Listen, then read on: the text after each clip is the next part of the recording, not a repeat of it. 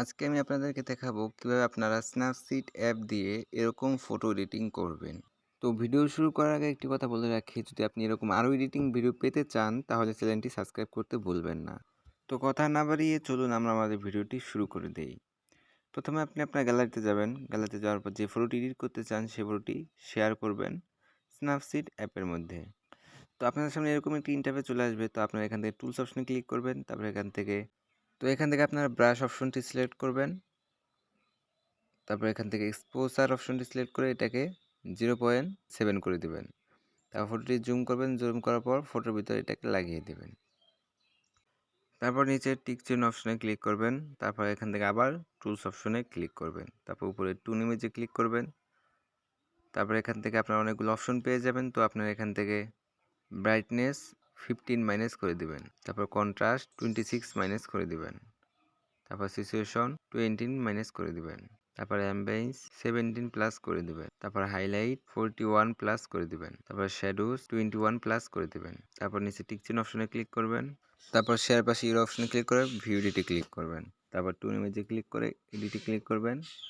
তারপর এটাকে 100 প্লাস করে দিয়ে ফটোর ভিতরে এটাকে লাগিয়ে দিবেন। তারপর নিচে টিক চিহ্ন অপশনে ক্লিক করবেন। তারপর এখান থেকে ব্যাগে চলে যাবেন। ব্যাগে যাওয়ার পর আবার টুলস অপশনে ক্লিক করবেন। তারপর উপরে ডিটেলস অপশনে ক্লিক করবেন। তো আপনারা এখানে দুইটি অপশন পেয়ে যাবেন। তারপর এখান থেকে আপনার প্রথম অপশনটি 54 মাইনাস করে দিবেন। তারপর নিচের অপশনটি 31 প্লাস করে দিবেন। তারপর নিচে টিক চিহ্ন অপশনে ক্লিক করবেন। তারপর এখান থেকে আবার টুলস অপশনে ক্লিক করবেন। তারপর ব্রাশ অপশনে ক্লিক করবেন। তারপর এখান থেকে এক্সপোজার অপশনটি সিলেক্ট করে 0.7 প্লাস করে দিবেন। তারপর এটাকে ফটোর ভিতরে লাগিয়ে দেবেন। তো লাগানো শেষ হয়ে গেলে নিচের টিক চিহ্ন অপশনে ক্লিক করবেন। তারপর এখান থেকে আবার টুলস অপশনে ক্লিক করবেন। তারপর নিচে ডাবল এক্সপোজ অপশনে ক্লিক করে প্লাস আইকনে ক্লিক করবেন। তারপর এখান থেকে অ্যালবামে চলে যাবেন। অ্যালবামে যাওয়ার পর ডাউনলোড অপশনে যাবেন। তো এখান থেকে আপনার একটি ব্যাকগ্রাউন্ড পিএনজি সিলেক্ট করবেন।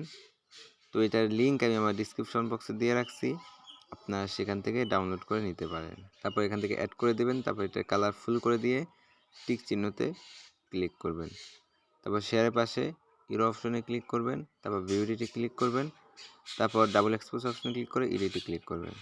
তারপর এটাকে 100 করে দিয়ে ফটোটি জুম করবেন। ফটোর ব্যাকগ্রাউন্ডে এটা লাগিয়ে দেবেন।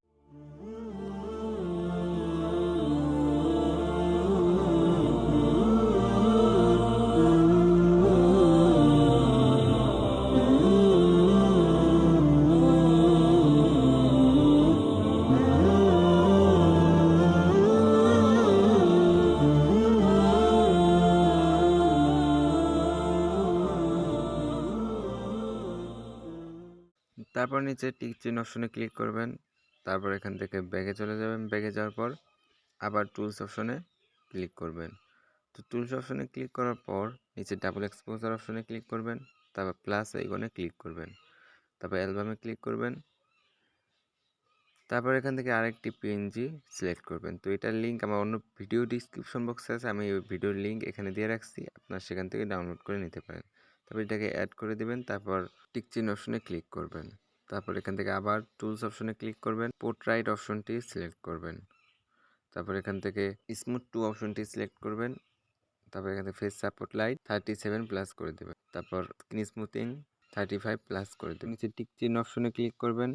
তো দেখুন আমাদের ফটোটি এডিটিং হয়ে গেছে। তো আপনারাও আপনাদের ফটোটি এভাবে এডিটিং করবেন। তো ভিডিওটি এই পর্যন্ত। যদি ভিডিওটি ভালো লাগে তাহলে সাবস্ক্রাইব করতে ভুলবেন না। ধন্যবাদ। আল্লাহ হাফেজ।